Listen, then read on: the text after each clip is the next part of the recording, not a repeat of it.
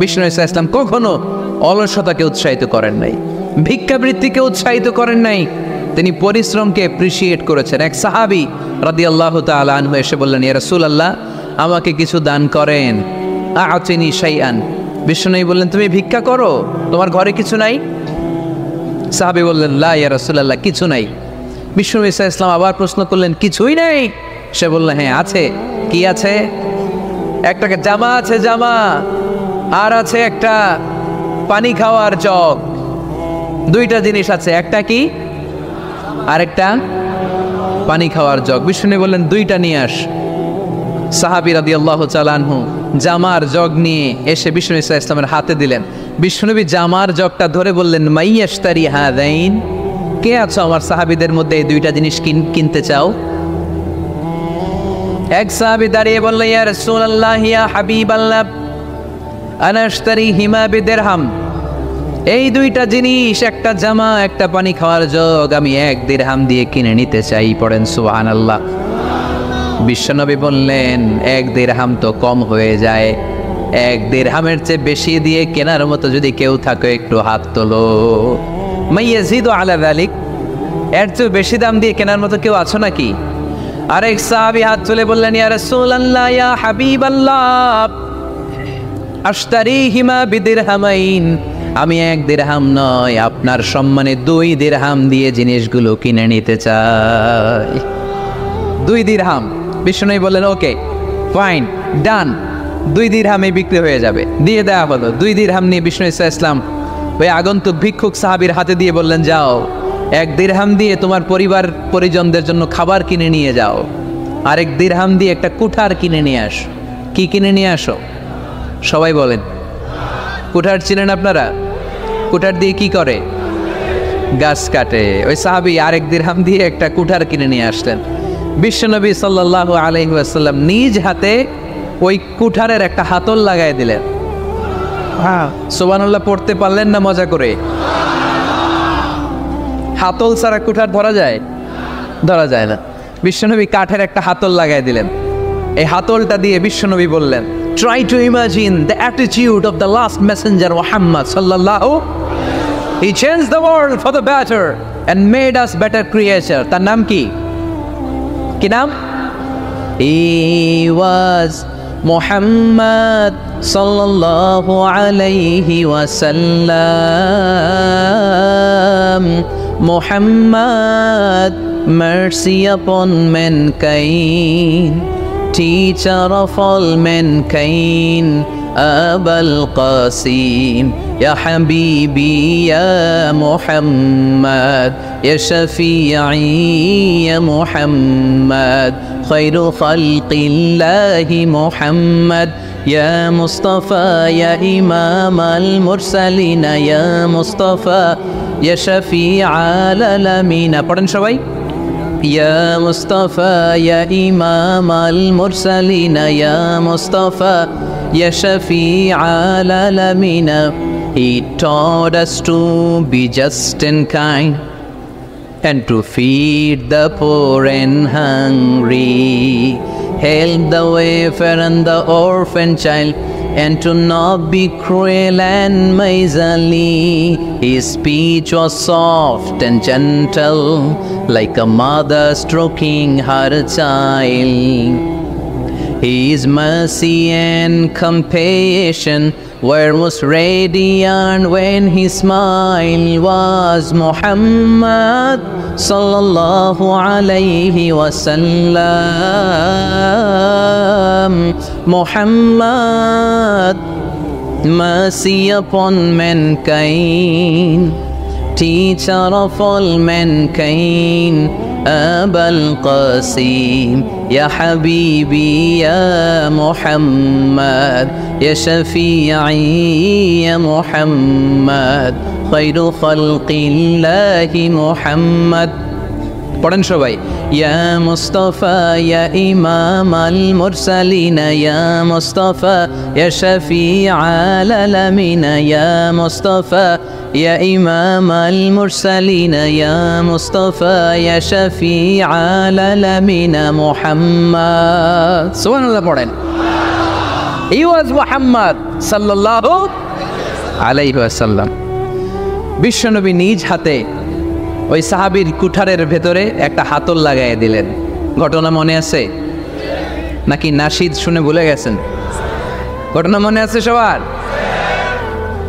তিনি হাতল লাগাই দিলেন আর বললেন, যাও, গায়ে শক্তি আছে, তাগড়া যুবক, এই কুঠার নিয়ে জঙ্গলে যাও, জঙ্গলে যে কাঠ কাটো, লাকড়ি বানাও, বাজারে যে বিক্রি করো। লা ইয়াহতাতিবা আহাদুকুম হাজমাতান ফি যাহরিহি খায়রুম মিন আই ইয়াসআলা আহাদান ফায়ুতিয়াহু আও ইয়ামনাহু। যাদের গায়ে জোর আছে, শক্তি আছে, পরিশ্রম করে লাকড়ির বোঝা পিঠে নিয়ে বাজারে বিক্রি করা অনেক ভালো কারো কাছে হাত পাতার চেয়ে। কারণ তুমি হাত পাতলে লোকজন তোমার দিতেও পারে, নাও দিতে পারে, কিন্তু পরিশ্রম কখনো বৃথা যায় না। What is the moral of the story? রাসূল সাল্লাল্লাহু আলাইহি ওয়াসাল্লামের এই প্রফেটিক স্টোরি থেকে আমাদের শিক্ষা কি? বিশ্বনবী বললেন, যাও, কাঠ কেটে নিয়ে আসো। লা উরিদু আন আরাকা 15 আইয়াম, সামনের 15 দিন আমি যেন আমার চোখ দিয়ে তোমার আমার আশেপাশে ঘুরঘুর করতে না দেখি। সাহাবী চলে গেলেন, কাঠ কাটতে আরম্ভ করলেন, বাজারে বিক্রি করতে আরম্ভ করলেন। 15 দিনের ব্যবধানে 10 দিরহাম নিয়ে বিশ্বনবীর দরবারে ওই সাহাবী হাজির হয়ে গেলেন। 10 দিরহাম নিয়ে হাজির হয়ে গেলেন। এসে বললেন, ইয়া রাসূলুল্লাহ, ইয়া হাবিবাল্লাহ, আমি আর দরিদ্র নাই, আমি আর ভিক্ষা করি না, আমি নিজের পায়ে দাঁড়িয়েছি, আমি স্বাবলম্বী হয়েছি, আমি অন্যান্য খেটে খাওয়া মানুষের মতো এখন উপার্জন করে আমার ফ্যামিলির চাহিদা মিটাই। পড়েন সুবহানাল্লাহ। What is the moral of the story? এই প্রফেটিক স্টোরি থেকে আমাদের জন্য শিক্ষা হচ্ছে, বিষ্ণু ঈসা ইসলাম চাইলেই ওই 2 দিরহাম দিয়ে বলতে পারতেন, যাও, এটা দিয়ে খাবার কিনে খাও। দুপুরবেলা খাইতো, রাত্রেবেলা আবার জাকাতের লাইন ধরতো। কথা কন? তার মানে বিষ্ণু ঈসা ইসলাম কাজের প্রতি উৎসাহিত করেছেন। 2 নম্বর লেসন বা শিক্ষা হচ্ছে, বিশ্বনবী সাল্লাল্লাহু আলাইহি ওয়াসাল্লাম পার্মানেন্ট সলিউশন করে দিয়েছেন, স্থায়ী সমাধান। ঠিক কিনা? আমরা প্রায় জাকাতের শাড়ি দেই, লুঙ্গি দেই, আছে না নাই? আলহামদুলিল্লাহ, আপনাদের গাজীপুরে বোধহয় এগুলো নাইটাই, এখানে নাই, আছে। যদি থেকে থাকে এই ট্র্যাডিশন আপনারা বন্ধ করবেন। জাকাতের শাড়ি বলতে কোনো শাড়ি নাই, জাকাতের লুঙ্গি বলতে কোনো লুঙ্গি নাই। কারণ জাকাতের শাড়ি আর জাকাতের লুঙ্গি যদি আপনি বিতরণ করেন আর সামান্য সয়াবিন তেল আর চাল ডাল যদি আপনি প্যাকেট করে দিয়ে দেন, তাহলে 1 মাস পরে আবার যে সে আরেক জায়গায় জাকাতের লাইনে দাঁড় হয়ে যাবে। চিল্লা এখন, ঠিক কিনা? এজন্য আপনাকে পার্মানেন্ট সলিউশনের ব্যবস্থা করতে হবে। আমি সব জায়গায় বলি যে প্রতিটি জেলার বিজনেস ম্যাগনেট যারা আছেন তারা সবাই মিলে একটা জাকাত ম্যানেজমেন্ট প্ল্যাটফর্ম গড়ে তুলুন। সেখান থেকে এমনভাবে জাকাত দিন যাতে মানুষ স্বাবলম্বী হতে পারে। স্বাবলম্বী বানানোর জন্য, দারিদ্র বিমোচনের জন্য জাকাত এসেছে, জাকাতের শাড়ি লুঙ্গি বিতরণের জন্য নয়। আর জাকাতের শাড়ি এত পাতলা, মশারি কি পাতলা, এর চেয়েও পাতলা। দেখছেন কখনো? এটারে একবার ধোয়ার পরে দ্বিতীয়বার পরা যায় না। একবার ধোয়ার পরে শাড়ির দিকে তাকাইলে শাড়ি আমনের দিকে বেসকি মেরা থাকবো। কথা বলেন, ঠিক কিনা? এইভাবে শাড়ি লুঙ্গি দেয়া যাবে? এভাবে তো শাড়ি লুঙ্গি বিতরণ করলে যারা লাইন ধরে জাকাত নিতে আসলো, এই আল্লাহর বান্দাদেরকে অপমান করা হয়। আর আল্লাহ বললেন, ওয়ালাকাদ কাররামনা বানি আদম, আমি পুরো বানি আদমকে সম্মানিত করেছি। ফেরেশতার সম্মান বেশি না মানুষের? বুঝে শুনে বললেন, কার? তুমি মাটির আদমকে প্রথম সৃষ্টি করিয়া ঘোষণা করিয়া দিলে শ্রেষ্ঠ বলিয়া, তাই তো নূরের ফেরেশতা করে আদমকে সেজদা। সুবহানাল্লাহ পড়েন। তাই তো নূরের ফেরেশতা করে আদমকে সেজদা, সবার চেয়ে সম্মান দিলে মাটির আদমকে। পড়েন, আল্লাহু আল্লাহু তুমি জাল্লে জালালুহু, শেষ করা তো যায় না গে তোমার গুণগান। আল্লাহু আল্লাহু, সুবহানাল্লাহ পড়েন। আহা, মানুষের মর্যাদা সবচাইতে বেশি। এজন্য জাকাত যারা নিতে আসে তাদেরকে অপমান করা যাবে না। এর কারণ, জাকাত দিয়ে আপনি কোনো করুণা করেননি, বরং ওরা জাকাত নিয়ে আপনাকে এই ফরজ ইবাদত করার সুযোগ করে দিয়ে আপনার প্রতি করুণা করে গিয়েছে। আওয়াজ করে বলেন, ঠিক কি না? অনেকে মনে করে আমি জাকাত দিয়ে আমি মনে দয়া করছি, আমি মনে হয় করুণা করছি। আচ্ছা, যারা গরিব ওরা যদি জাকাত না নেয় ওর সমস্যা আছে? নিমু না জাকাত, কিন্তু আমি যদি বলি দিমু না, আমার খবর আছে না নাই? আমার জন্য দেয়া ফরজ, ওর জন্য নেয়া ফরজ না। তাই আমি দিয়ে করুণা করিনি, ও আমার কাছ থেকে যাকাত নিয়ে জাহান্নামের আগুন থেকে আমাকে বাঁচিয়ে ও আমাকে দয়া দেখিয়েছে।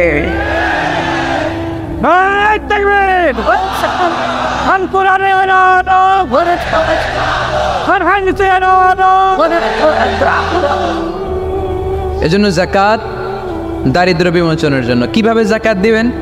আপনি যাকাতের টাকা দিয়ে খেয়াল করবেন, একটু ক্রস চেক করে নিতে হবে, ডবল চেক করে নিতে হবে। যেই ফ্যামিলিতে যাকাত দিবেন কর্মক্ষম উপার্জনের মতো করতে পারে এরকম ছেলে আছে কিনা, থাকলে ওর একটা অটো রিক্সা কিনে দেন, সিএনজি কিনে দেন, ওই সিএনজি চালিয়ে ওর ফ্যামিলিটা দিব্যি চলে যাবে, ঠিক কিনা? ওর একটা অস্ট্রেলিয়ান গাভী কিনে দেন, ওই গাভীর দুধ বিক্রি করে ফ্যামিলিটা স্বাবলম্বী হয়ে যাবে, ঠিক কিনা? লক্ষ্মীপুরে আমি ওয়াজ করলাম, বলল হুজুর আমরা এভাবে একটা যাকাত ম্যানেজমেন্ট প্ল্যাটফর্ম গড়ে তুলেছি, এখানে আমরা টাকা জমিয়ে জমিয়ে আমাদের এলাকার যে সমস্ত ছেলেগুলো কর্মক্ষম, তাদের ঘরে টাকা পয়সা নাই, আমরা যাকাতের টাকা দিয়ে ওদেরকে প্রবাসী বানিয়ে দেই, বিদেশে পাঠিয়ে দেই। ওর কষ্ট অর্জিত সম্পদ দিয়ে ওর ফ্যামিলি এখন দেদারসে চলছে, কোনো যাকাতের লাইনে যে তারা নিজেদেরকে আর অপমান বোধ করছে না। এইভাবে যাকাত দিতে হবে। দিলটার একটু খোলেন, হাতটার একটু খোলেন, তাহলে হৃদয়টারে খুলে দিবে কে? দে যাকাত, দে যাকাত তোরা দে রে যাকাত, দে যাকাত, দে যাকাত তোরা দে রে যাকাত, তোর দিল খুলবে পরে আগে খোলো খাত, দে যাকাত, দে যাকাত তোরা দে রে যাকাত। পড়েন আমিন। এই যাকাতের মাধ্যমে আমরা আমাদের বাংলাদেশকে স্বাবলম্বী করতে চাই। রাজি আছেন সবাই? সংঘবদ্ধ প্রচেষ্টায় যাকাত আদায় করতে রাজি আছেন? বিশ্বনবী সাল্লাল্লাহু আলাইহি ওয়াসাল্লাম চাইলেই 2 দিরহাম দিয়ে বিদায় করে দিতে পারতেন, কিন্তু বিশ্বনবী সাল্লাল্লাহু আলাইহি ওয়াসাল্লাম তাকে কাজের প্রতি উৎসাহিত করলেন, পার্মানেন্ট সলিউশন দিলেন। এজন্য অলসতার সাথে ইসলামের কোনো সম্পর্ক আছে? আওয়াজ করে বলেন, অলসতার সাথে সম্পর্ক আছে? অলসতাকে যেন আজকে আমরা কি বলে দিছিলাম? বইলা গেছি? আরো জোরে। অলসতাকে আজকে আমরা নো বলে দিচ্ছি, আমরা কর্মক্ষম। আরে অলস তো হয় মুনাফিকেরা, অলস হয় কারা? وَإِذَا قَامُوا إِلَى الصَّلَاةِ قَامُوا كُسَالَى يُرَاءُونَ النَّاسَ وَلَا يَذْكُرُونَ اللَّهَ إِلَّا قَلِيلًا। সুবহানাল্লাহ পড়েন। মুনাফিকরা যখন নামাজে দাঁড়ায় অলস হয়ে দাঁড়ায়, সোজা হয়ে দাঁড়ায় না। মসজিদে নববীর কাতারগুলোর মধ্যে মুমিনদের সাথে যখন মুনাফিকেরা দাঁড়াতো, অলসের মতো দাঁড়াতো, দেয়ালের মধ্যে হেলান দিয়ে দাঁড়াতো। এরকম আছে না অনেকে অলস? কিন্তু আমরা যারা মুমিন, আমরা নামাজে দাঁড়ালে কি আমাদের হৃদয়ে অলসতা আসে নাকি হৃদয়টা সজীব হয়ে ওঠে? আমাদের হৃদয়কে নামাজে দাঁড়ালে সজীব করে দেয় কে? কিদুশ শাইতানু আলা কাফিয়াতি রাসি আহাদিকুম ইযা হুয়া নাম। আমরা যখন রাতে ঘুমোতে যাই, শয়তান আমাদের মাথার পিছনে অলসতার 3টা গিট মারে। কি মারে? এই যে রশি দিয়ে এরকম বাঁধে, যে এটার গাজীপুরে আপনারা কি বলেন? গিট্টু? হ্যাঁ, গিট্টু। আচ্ছা, তো শয়তান আমরা যখন ঘুমোতে যাই আমাদের মাথার পেছনে অলসতার 3টা গিট্টু মারে। আমরা যখন ঘুম থেকে উঠে ফাইনিস্তাইকাযা ওয়া যাকারাল্লাহ, ঘুম থেকে ওঠার দোয়া পড়ে আলহামদুলিল্লাহিল্লাযী আহইয়ানা বা'দা মা আমাতানা ওয়া ইলাইহিন নুশুর, আমরা ঘুমালেই 3টা গিট্টু মেরে শয়তান একটা মন্ত্র পড়ে দেয়, আলাইসা লাইলুন তাওয়িলুন ফারকুদ। আরে ঘুমা, অনেক লম্বা রাত, আরে ঘুমা, অনেক লম্বা রাত, আরে আরামসে ঘুম মার, অনেক লম্বা রাত। এই মন্ত্র পড়ে 3টা গিট মারে। আমরা যখন ঘুম থেকে উঠে ঘুমের দোয়া পড়ে ফেলি, একটা গিট্টু খুলে দেয় কে? আবার ঘুম থেকে উঠে দোয়া পড়ার পরে ফাইদা তাওয়াত্তা ইনহাল্লাত উকদা, ওয়াশরুমে ঢুকে ইস্তেনজা করে যখন আমরা ওযু করে ফেলি, অলসতার 2য় গিট্টু খুলে দেয় কে? ফাইন সাল্লাত ইনহাল্লাত উকদা, ওযু করার পরে মুসাল্লা বিছিয়ে যখন নামাজের জন্য দাঁড়িয়ে যায়, অলসতার 3 নাম্বার গিট্টুটাও খুলে দেয় কে? ফাসবাহা নাশীতান তাইয়িবান নাফস, he become enthusiastic, he become very active, he become very energetic। Vishnu Islam বললেন তখন সে এনার্জেটিক হয়ে ওঠে, অ্যাক্টিভ হয়ে ওঠে, সজীব হয়ে ওঠে। তাহলে সালাত আমাদেরকে অলস বানায় না, সালাতে আমরা সজীব হই। সালাতে অলস হয় যারা মুনাফিক, তারা চিল্লায় বলেন ঠিক কি না? এজন্য বিষ্ণু বললেন কাজে লজ্জা নাই, আমি কাজ করে খাই। মা বাসাল্লাহু নাবিয়ান ইল্লা রাআল গনাম।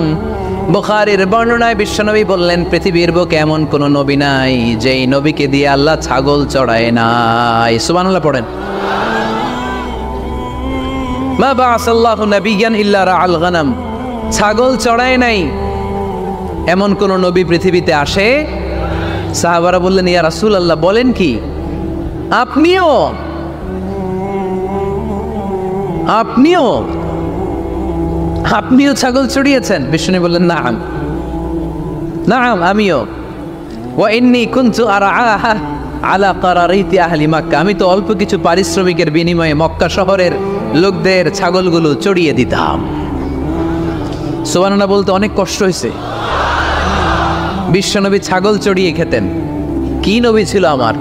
আহা, এত সুন্দর মানুষ, এত পরিচ্ছন্ন মানুষ, ছাগল চড়াতেন। অহংকার করতেন না, বিশ্বনবীর অহংকার ছিল না। সুবহানাল্লাহ পড়েন। শুধু কি বিশ্বনবী, সব নবীকে দিয়ে আল্লাহ ছাগল চড়িয়েছেন। কারণ ছাগল হচ্ছে খুব টেরা একটা প্রাণী, তাই না? ছাগল এত টেরা, ছাগলের গলার রশি ধরে যদি আপনি ডানে টান দেন, এটা কোন দিকে যাবে?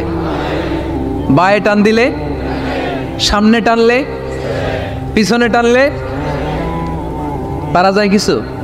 ভাবলেন সারা সপ্তাহ ব্যস্ত থাকি, আজকে আমার ছুটি, আমিও গোসল করি, এটারও গোসল করাই।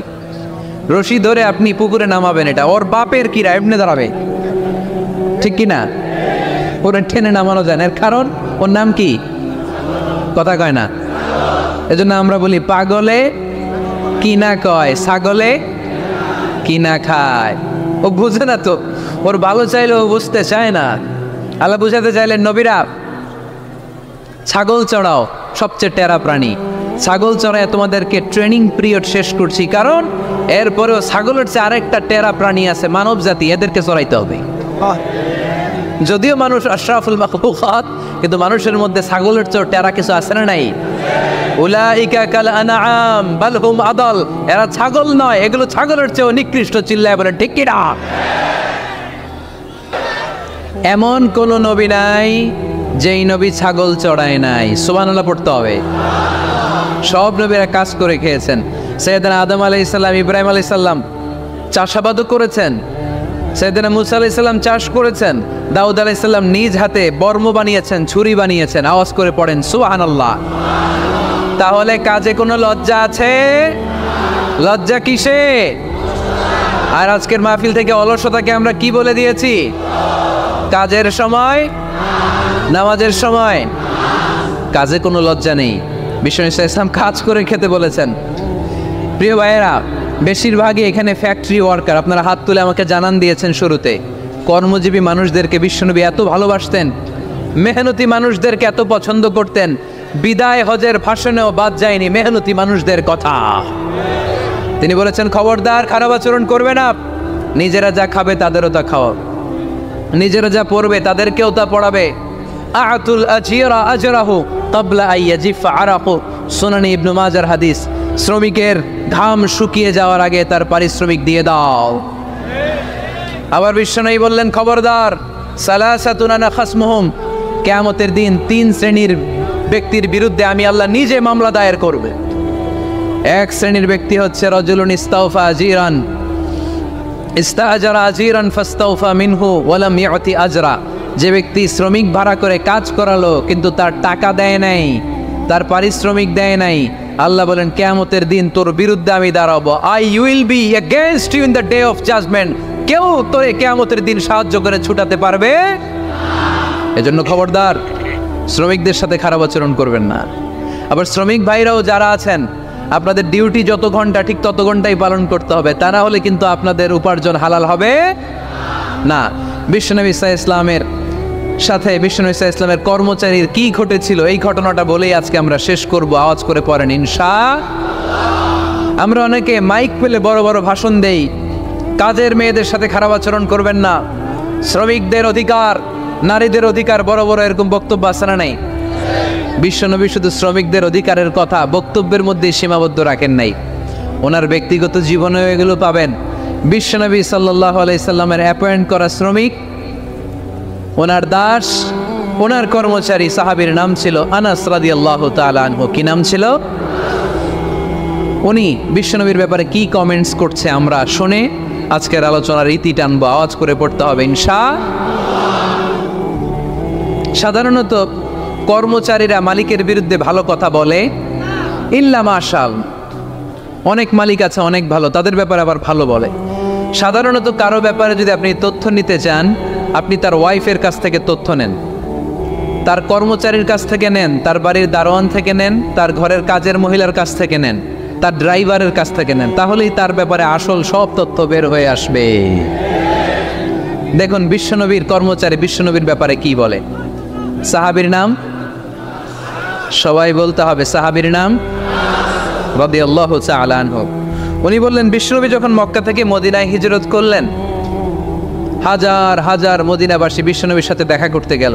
যারাই দেখা করে সবাই বিশ্বনবীর হাতে কিছু না কিছু হাদিয়া দেয়, যারাই দেখা করে হাতে করে বিশ্বনবীর হাতে কিছু না কিছু দিয়ে দেয়। সুবহানাল্লাহ পড়ে। তাহাদাও তাহাব্বু, একে অপরকে হাদিয়া দিবেন, মহব্বত বাড়াই দিবে কে? হাজব্যান্ড স্ত্রীকে গিফট করবেন, স্ত্রী আবার হাজব্যান্ডকে গিফট করবেন, বন্ধু বন্ধুকে গিফট করবেন, গার্লফ্রেন্ড আবার বয়ফ্রেন্ডের গিফট করতে যায় না। তাহলে ভেজাল আছে না নাই? চেক এন্ড ব্যালেন্স করতে হবে। আমি প্রায় বলি ভালোবাসবেন জায়গা মতো, স্ত্রীকে ভালোবাসলেও সওয়াব আছে না নাই? স্ত্রীর সাথে অন্তরঙ্গ সময় কাটালেও সওয়াব আছে না নাই? কিন্তু এই সময় যদি শালীর সাথে কাটান, ঝামেলা আছে না নাই? ভাবির সাথে কাটালে ভেজাল আছে না নাই? যারাই বিশ্বনবীর সাথে দেখা করে সবাই বিশ্বনবীর হাদিয়া দেয়। সাইয়েদনা আনাস রাদিয়াল্লাহু তাআলা আনহু বর্ণনা করেন, আমার আম্মা যেন দেখা করতে আসলেন আমাকে নিয়ে, আমি ছোট্ট আনাস। আমার আম্মা যেন দেখলেন লাম ইউবকি রাজুলুন ওয়ালা ইমরাআতুন মিনাল আনসার ইল্লা আতহাফাকা বিতুহফাতিন ইয়া রাসূলুল্লাহ। আমার আম্মা এসে বলে, ও রাসূলুল্লাহ, মদিনার যারাই আপনার সাথে দেখা করতে আসলো সবাই এসে আপনারে হাদিয়া দেয়। ওয়া ইন্নী লা আকদিরু আলা মা উতহিকুকা বিহি, ও নবী আমার তেমন কোনো সাধ্য নাই যে আমি আপনারে হাদিয়া দেব, আমার কাছে কোনো টাকা পয়সা নাই। ছোট্ট ছেলে আনাস নিয়ে এসে বলল, ইয়া রাসূলুল্লাহ, মদিনার সব লোকের আপনার সাথে দেখা করে আর হাদিয়া দেয়, আমি গরিব মানুষ, আমি আপনারে কি হাদিয়া দেব গো নবী? আমার তো হাদিয়া দেওয়ার মতো কিচ্ছু নাই। ইল্লা ইবনি আদা, আমার নাড়ছেড়া দন, আমার কলিজার টুকরা সন্তান এই আনাস ছাড়া আমি আমার কলিজার টুকরা সন্তান আনাস রে আপনারে হাদিয়া দিয়ে দিলাম। খুদ হাদা ইয়া রাসূলুল্লাহ, আমার সন্তান আনাসকে আপনি নেন। ইয়াখদুমুক মা বাদালাক, সে যদ্দুর পারে আপনারে খেদমত করবে। সাইয়েদনা আনাস বলেন, সেদিন থেকে আমি বিশ্বনবীর খাদেম। কি আর খেদমত করব, নবীর মেসওয়াক এনে দেই, জামা এনে দেই। 10 বছর খেদমত করার পরে বিশ্বনবীর খাদেমের মুখে শুনুন বিশ্বনবী কেমন আচরণ করতেন সাইয়েদনা আনাস রাদিয়াল্লাহু তাআলা আনহুর সাথে। সাইয়েদনা আনাস বলেন, খাদিমতু রাসূলুল্লাহি 10 সিনিন, 10টি বছর আমি আমার বিশ্বনবীর পেয়ারা নবীর খেদমত করলাম। ফামা দারাবানি, একদিনের জন্য বিশ্বনবী আমার গায়ে হাত তোলে নাই, পড়েন সুবহানাল্লাহ। ওমা সাব্বানি, একদিনের জন্য আমার গালি দেয় নাই, বকা দেয় নাই। ওমা আবাসা ফি ওয়াজহি, একদিনের জন্য বিশ্বনবী বিরক্তির চেহারা নিয়ে আমার দিকে তাকায় নাই, ব্রু কুচকে এরকম আমার দিকে তাকায় নাই। আমরা রেগে গেলে বিরক্ত হলে কি করি? আমাদের ব্রুগুলো কুচকে যায়।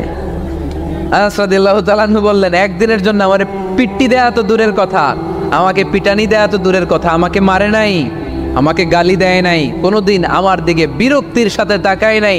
ওয়ালা ক্বালা লি লিমা সানাআতা ওয়ালা লিমা লা সানাআতা, কোনোদিন এও বলে নাই আনাস এটা কেন করলা, ওইটা কেন করো নাই, চিৎকার করে পড়েন সুবহানাল্লাহ। এজন্য বিশ্ব নবীর মতো আমাদেরকে আমাদের শ্রমিকদের সাথে, অধীনস্থ কর্মচারীদের সাথে আচরণ করতে হবে। রাজি আছি তো সবাই? এন্তেকালের আগে বিশ্বনবী সাল্লাল্লাহু আলাইহি সাল্লাম 2টা কথা বললেন। কয়টা? 1 নম্বরে বিষ্ণু ঈসা ইসলাম বললেন আসসালাত, আসসালাত, নামাজ, নামাজ, উম্মতেরা নামাজ, নামাজ ছেড়ে দিও না। 2 নম্বরে বিষ্ণুই বললেন ওয়ামা মালাকাত আইমানুকুম, খবরদার অধীনস্থ কর্মচারীদের সাথে খারাপ আচরণ করো না। আমরা খুব দুঃখের সাথে লক্ষ্য করেছি, পত্রপত্রিকায় এসেছে মানবাধিকার কর্মী, নারী আন্দোলনের কর্মী মাইক পেলে বড় বড় ভাষণ দেয়, আপনারা কর্মীদের সাথে ভালো আচরণ করবেন, কাজের মেয়েদের সাথে ভালো আচরণ করবেন, কিন্তু ওদের বাড়িতে এই কাজের মেয়েরা নির্যাতিত হয়, চিল্লায় বলেন ঠিক কিনা? আহা, পত্রিকার রিপোর্ট দেখে অবাক লাগে। খুন্তি দিয়ে চুলায় লোহা গরম করে পিঠে শেক মেরেছে, এরকম আছে না নাই? বিশ্বনবী সাল্লাল্লাহু আলাইহি সাল্লাম বলেছেন, খবরদার, কিয়ামতের দিন তাদের বিরুদ্ধে আল্লাহ মামলা দায়ের করবে। আমরা যেন কখনো আমাদের অধীনস্থ কর্মচারীদের সাথে খারাপ আচরণ না করে, আল্লাহ তুমি তৌফিক দাও, আমরা পড়ি আমিন।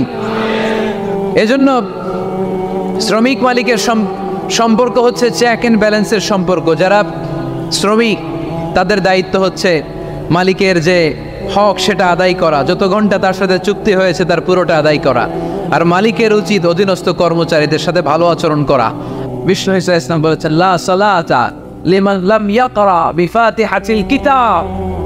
সূরা ফাতিহা যে সালাতে পড়ে না, তার সালাত কোনোদিন আল্লাহর দরবারে কবুল হবে না। এজন্য এই সূরার নাম সূরাতুস সালাহ, সালাতের সূরা। এই সূরার আরেকটা নাম হচ্ছে সূরাতুশ শিফা, শিফার সূরা। অসুস্থ ব্যক্তিকে এই সূরা পড়ে ফু দিলে সুস্থ করে দেয় কে? সূরা ফাতিহা পড়ে ফু দিবে। আমাদের কাছে অনেকে পানি পড়া নিতে আসে, তো আমরা এই সূরা ফাতিহা পড়ে ফু দিই। যে কোনো পীর সাহেব হুজুরের কাছে গেলে, ইমাম সাহেবের কাছে গেলে যে দোয়াটা পড়ে পানি পড়া দেয়, এই দোয়াটার নাম কি? সূরা ফাতিহা। দেখবেন হুজুর সব কথা বলতেছে আওয়াজ করে, দোয়াটা ফিসফিস করে পড়ে, কারণ আপনি শুনে ফেলাইলে হুজুরের খাওয়া নাই, ঠিক কিনা? এজন্য আমাদের কাছে আসলে আমরা জিজ্ঞেস করি, কি হয়েছে? পেটে ব্যথা। কার? আপনার? কয় না, আমার বউয়ের। তো পানি পড়া দেয়। সব কথা আওয়াজ করে বলে, দোয়াটা করে ফিসফিস করে, কারণ ওই গোবর যদি ফাঁস হয়ে যায় আমার কাছে কেউ আসবে না। আজকের পাকল দিয়ার ময়দানে সব গোবর ফাঁস, ঠিক কিনা? নিজেরাই রুকিয়া করব, নিজেরাই ঝাড়ফুঁক করব। আর ঝাড়ফুঁকটা বেশি নেবেন আব্বা আমার কাছ থেকে। আব্বারা বলবেন, আব্বা ওযু করে আসছেন, নামাজ করবেন, সূরা ফাতিহা পড়ে একটু ফুল দিয়ে দেন। আম্মারে বলবেন, আম্মা আপনি তো এখন ওযু করে নামাজ করবেন, আমার মাথায় একটু হাত দিয়ে ফুল দিয়ে দেন। আল্লাহর কসম, গোটা বিশ্বের সবগুলো বিশ্বায় বুজুর কোরআন খতম দিয়ে গ্লাসের এক গ্লাসের পানিতে ফুল দিবে, আর আরেক গ্লাসে আপনার আব্বা শুধু বিসমিল্লাহ বলে ফুল দিবে। মুহূর্তে আপনার আব্বার দোয়াটা আরশে উঠে যাবে। বাবা মারে চিনল না, দোয়া নিতে জানলো না। অনেক দেখেছে এরকম, প্রতি বছর উমরা করে, বাপরে ভাত দেয় না, মারে ভাত দেয় না। ঘরে মা বাবার রেখে তুমি কাবা ঘরে যে আল্লাহরে খোঁজো, কপাল পোড়া, ঠিক কিনা? এই জন্য আব্বা আম্মার কাছ থেকে দোয়া নেবেন, এই রুকিয়াটা করবেন। পাকন দিয়ার ভাইয়েরা, আল্লাহ রাসূল সাল্লাল্লাহু আলাইহি ওয়াসাল্লাম আয়াতুল কুরসি পড়ে ফুল দিতেন নিজের গায়ে। সূরা ইখলাস, সূরা ফালাক, সূরা নাস, 3 কুল পড়ে ফুল দিতেন। সূরা ফাতিহা পড়ে ফুল দিতেন। এগুলো পড়ে হাত দুটো মিলাবেন, হাতে ফু দিয়ে মাথা থেকে পা পর্যন্ত মাসাই করবেন।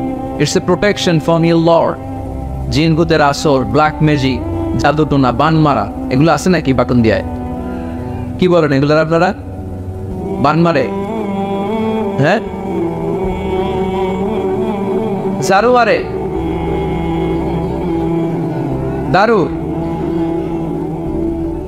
জাদু, ঝাড়ু, জাদু, ঝাড়ু, যাই হোক, তো এগুলো কিন্তু মারে, বান মারে, জাদু টোনা করে, ব্ল্যাক ম্যাজিক করে। এগুলো থেকে আমাদের সোনামণিদেরকে আমরা প্রোটেকশন করাবো কিভাবে? ওদেরকে শিখাই দিব। সূরা ফাতিহা পড়ে, আয়াতুল কুরসি পড়ে, 3 কুল পড়ে তুমি হাতের মধ্যে ফু দিবা।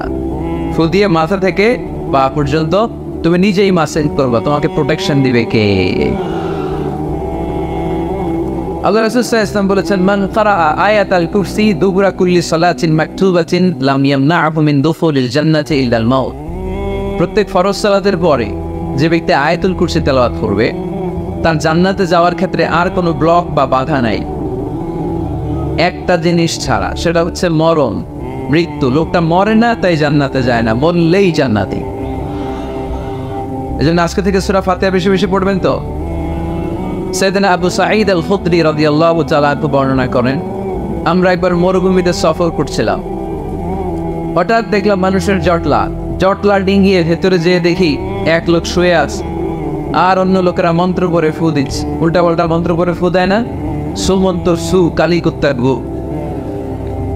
আমরা ছোটবেলায় শুনতাম, বাচ্চারা এরকম ছুমন্তর ছুমন্তর ছুমন্তর সু, কালী কুত্তা। এগুলো পরে ওরা মন্ত্র পড়তো। তো উনি যে দেখলেন কি কি মন্ত্র পড়ে এই লোককে ফু দিচ্ছে, উনি বললেন কি হয়েছে? সবাই বললো আমাদের নেতা সাইয়্যিদুল হাই, হাইমানি গোত্র, এই গোত্রের নেতা সাপ কামড় দিয়েছে, বিষে এমন নীলাভ হয়েছে, দেখো মনে হয় মারা যাবে, কি করা যাবে? তোমরা কি কোনো রুকিয়া ঝাড়ফুঁক জানো? উনি বললেন জানি। তাহলে আসো একটু ঝাড়ফুঁক করো। উনি বললো শর্ত আছে, আমাদেরকে ছাগল দিতে হবে, 1 পাল ছাগল। আরেক বর্ণনায় এসেছে 30টারও অধিক ছাগল। সবাই বলল আমাদের নেতা, এর যদি কিছু হয়ে যায় আমরা নেতৃত্ব শূন্য হয়ে যাব, ছাগল লাগুক আর উট লাগুক, তুমি আসো। বাড়ি বাড়ি যে ছাগল এনে, ছাগল রেডি। সাইয়েদনা আবু সাঈদ আল খুদরি রাদিয়াল্লাহু তাআলা আনহু পড়তে আরম্ভ করলেন, আলহামদুলিল্লাহি রাব্বিল আলামিন আর-রাহমানির রাহিম মালিকি ইয়াউমিদ্দিন ইয়্যাকা না'বুদু ওয়া ইয়্যাকা নাস্তাঈন اهدنا الصراط المستقيم صراط الذين أنعمت عليهم غير المغضوب عليهم ولا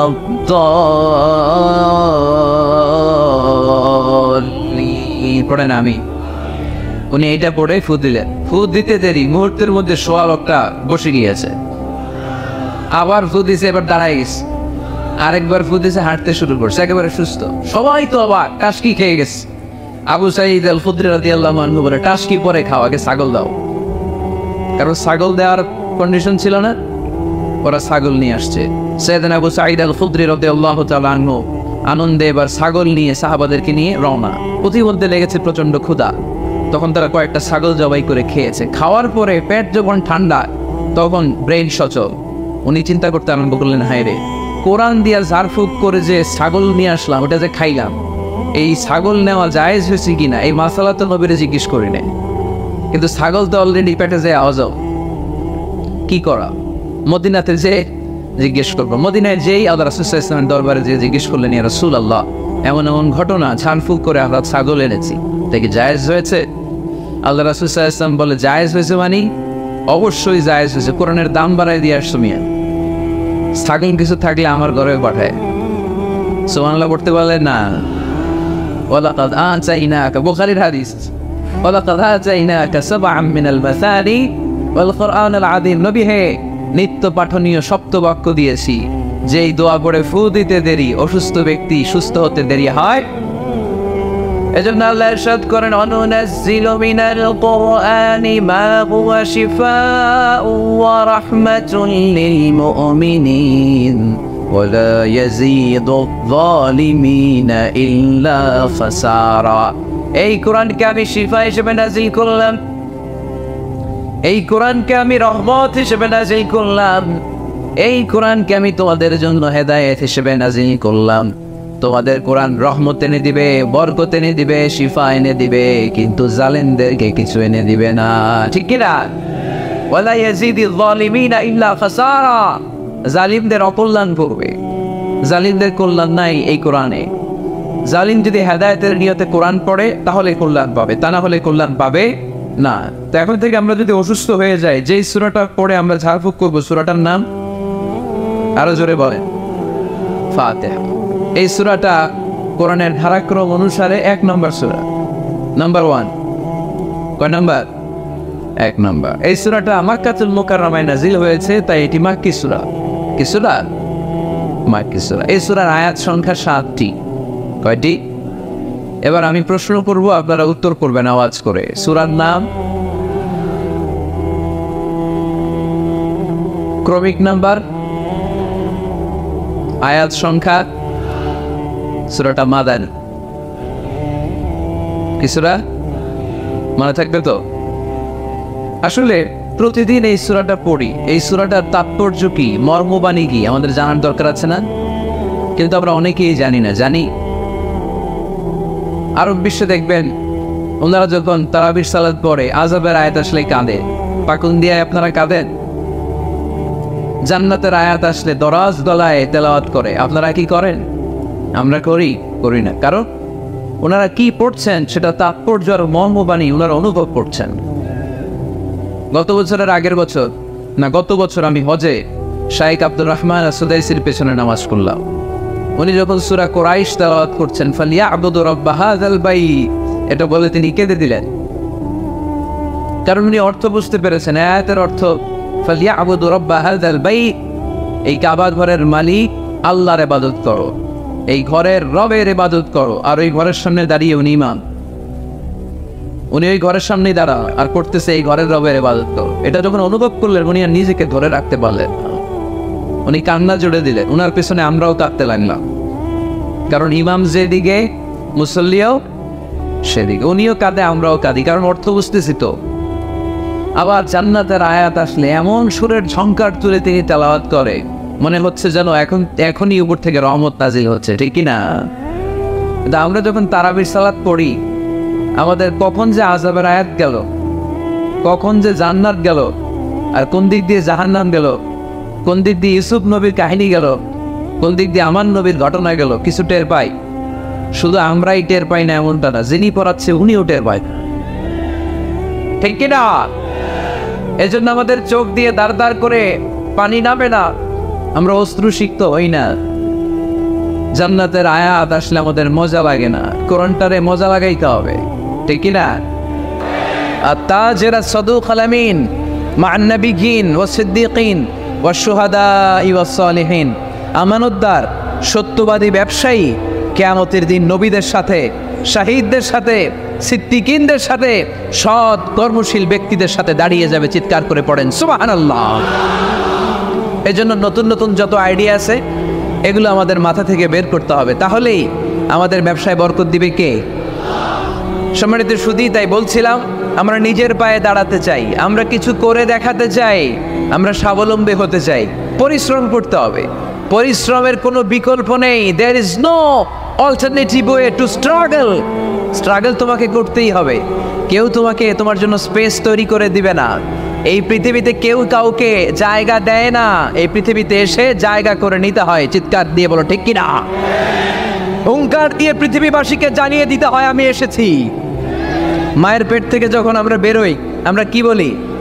ওয়াও ওয়াও বলে নিজের অস্তিত্বের জানান দেই যে আমি এসেছি, এই পৃথিবীতে আমি জায়গা করে নিতে এসেছি। Life is not a bed of roses. এই পৃথিবী ফুলের বিছানো সজ্জা নয়, এখানে কষ্ট করতে হবে, পরিশ্রম করতে হবে, ঘাম ঝরাতে হবে। পরিশ্রমের ঘামে যে লোনা পানি থাকে, ওই লোনা পানিতে জন্ম নেয় সফলতার বীজ।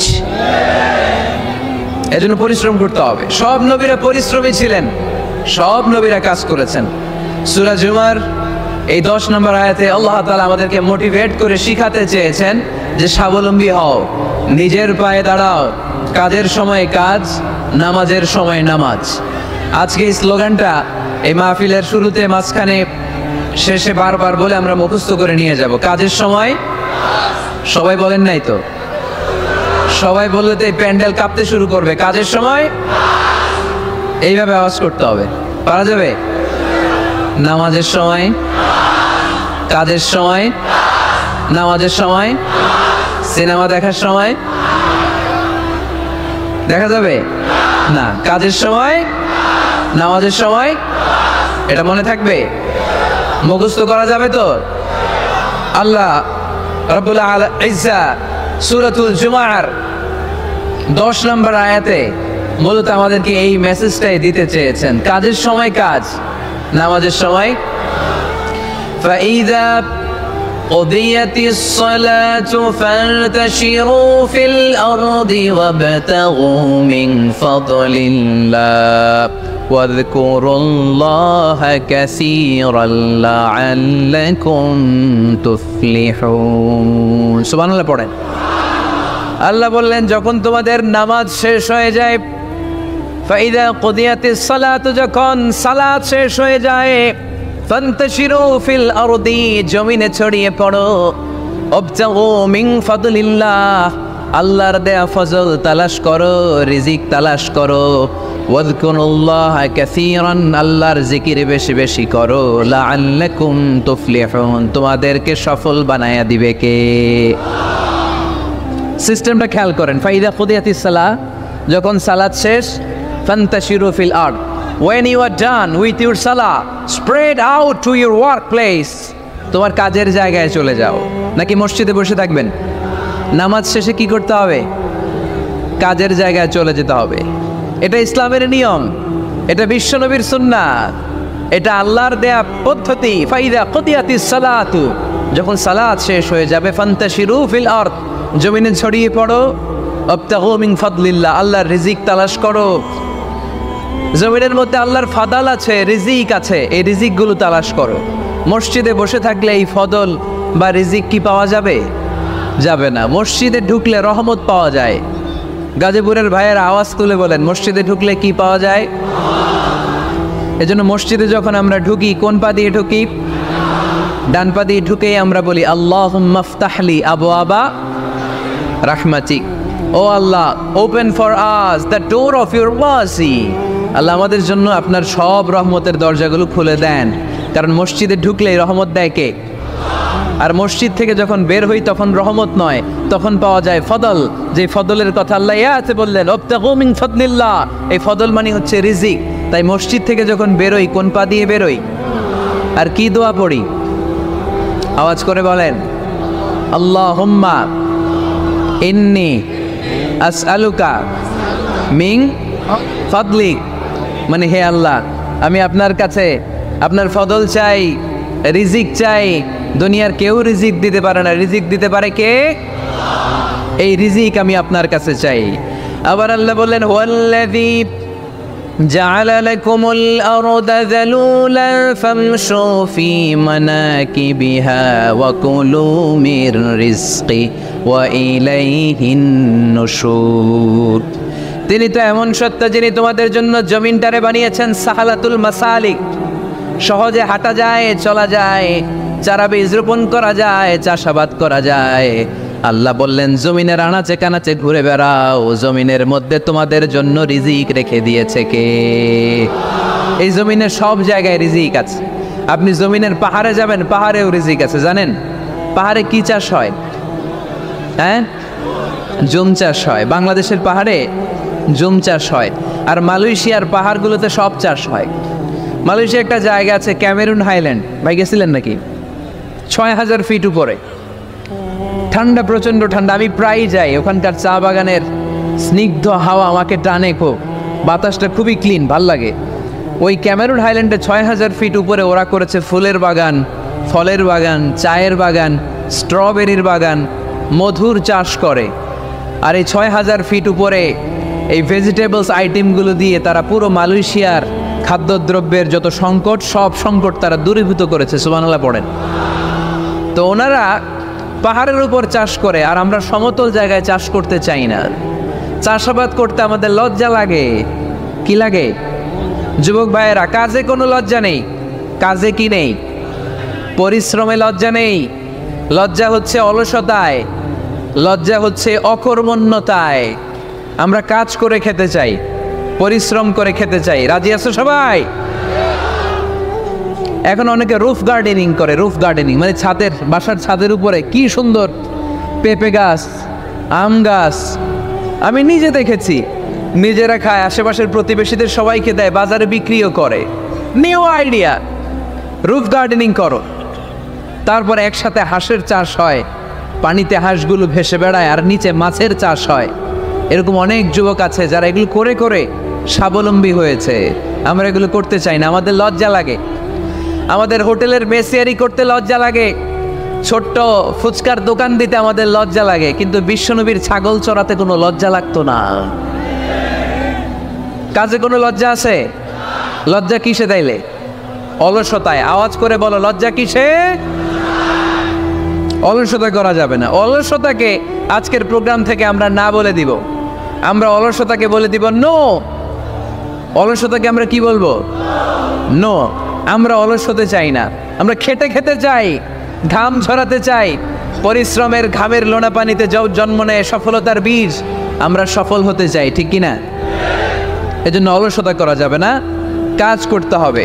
আল্লাহ রাসূল সাল্লাল্লাহু আলাইহি ওয়াসাল্লাম এবং সাহাবারা আমাদেরকে কাজের প্রতি উৎসাহিত করেছেন। সাইয়েদনা ওমর ফারুক রাদিয়াল্লাহু তাআলা আনহু, নাম শুনেছেন? কত নম্বর খলিফা? সবাই বলেন। এক নাম্বার খলিফার নাম কি? 2 নাম্বার খলিফার নাম? 3 নাম্বার? 4 নাম্বার?